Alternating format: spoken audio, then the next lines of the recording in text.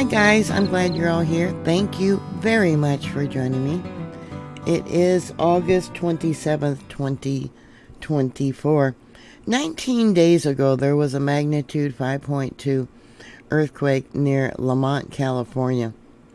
You would think by now, with all the adjustments of earthquakes, the fault lines, you shouldn't be seeing any thrust earthquakes. You would think it would just be basically the faults adjusting from that large earthquake.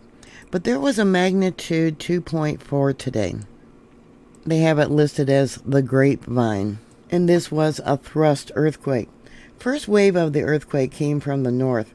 A thrust earthquake is when the ground rises up on one side of the fault line because of pressure that has built up, and it forces the fault line up where the other side stays stationary.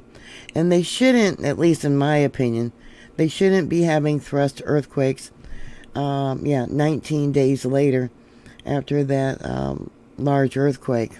I certainly hope it doesn't mean that pressure is still available to release for a larger earthquake in that location. 21,169 people sent in reports to USGS Did You Feel It website, and it was felt over a very large area. Yeah, there was damage. I reported on that initially. Gas lines broken, water lines broken. Yeah, all these earthquakes should be getting smaller over time. 19 days, yeah, they should be smaller. But this 2.4, 7.3 miles in depth. And then before that, there was a 2.5. That was yesterday. 8.4 miles in depth. They don't have a moment tensor ball for that earthquake. These earthquakes are not extending deeper into the earth.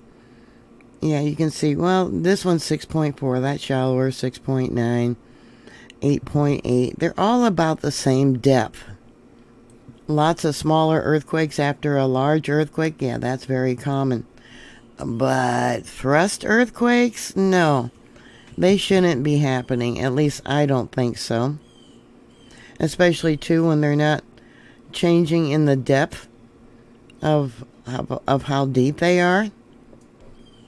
Yeah, 5.2 isn't that great of an earthquake. It wasn't like a 6 or a 7. There's been 736 earthquakes since that magnitude 5.2. When the initial 5.2 happened, yeah, I told you that there's a 10% chance that it could be a foreshock for something much larger.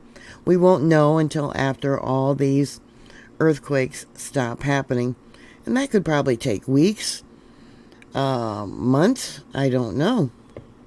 There's been 98 earthquakes of a magnitude 2.5 or greater. 2.5 yesterday. Let's see, a 2.9 on the 19th. Let's see, a 2.5 on the 18th. Yeah, you're probably wondering, when is all this shaking going to stop? When I lived in Oregon, we had a fairly large earthquake. 2 people were killed from that earthquake. And, you know, after about a week, things settled down and really didn't notice anything after that. I was living just outside of Klamath Falls at that time. It was in 1993. There was a magnitude 5.9 and a magnitude 6.0. It actually moved our house on the foundation. We had a stone foundation, and our what was called a cattle porch pulled out maybe 2 inches from the outside wall of the house. Not a single coffee cup that was hanging on a hook in my home fell.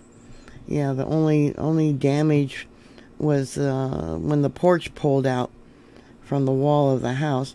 But with all the aftershocks, it went back into place.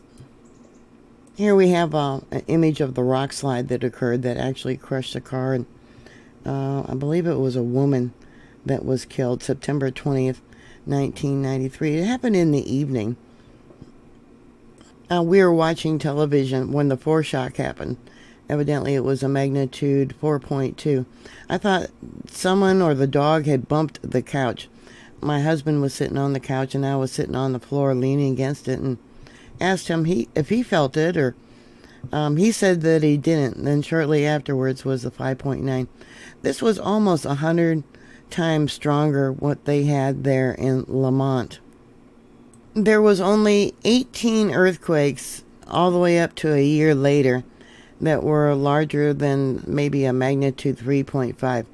And what that earthquake did was change the stress, move the stress to another location. And there was thousands of aftershocks, but majority of them were not felt. So I'm wondering just exactly where this stress has moved to. I want to show you the location of the recent earthquake, the magnitude 2.2, right there. And you can see here we got a thrust earthquake. Now that was on the 17th. And I got some more labeled for thrust earthquakes.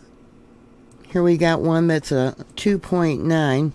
Now that was on the 19th.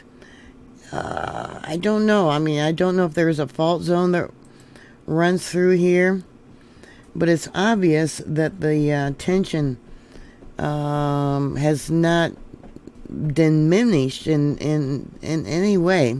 Let's see, I got uplift. Now this was uplift over here. And that was, let's see, what's the date? That was the 15th, where it was uplift. And then down over here, thrust. And then the other thrust. And then the 2.4. Yeah, see, that was today. A 2.4 for a thrust earthquake. Very unusual. Going to the U.S. quarterly fault map, you can see we got all kinds of earthquakes to the north. And I think this is what's all readjusting. But this here, they don't have anything. What's this over here? Unnamed fault. They haven't done much research for this location. What do we got here? Another unnamed fault. Yeah, very disappointing. So, you know, looking at them, yeah, there's probably a fault that runs through here, going from east to west. Let me bring this out. How far is it over? Yeah, I don't know. I do have the Kern Canyon fault drawn out over here in red. Very well could be an extension going through here. Anyways, I hope people aren't becoming complacent. You know, just like, okay, it's still shaking, because, yeah, something larger still could be coming.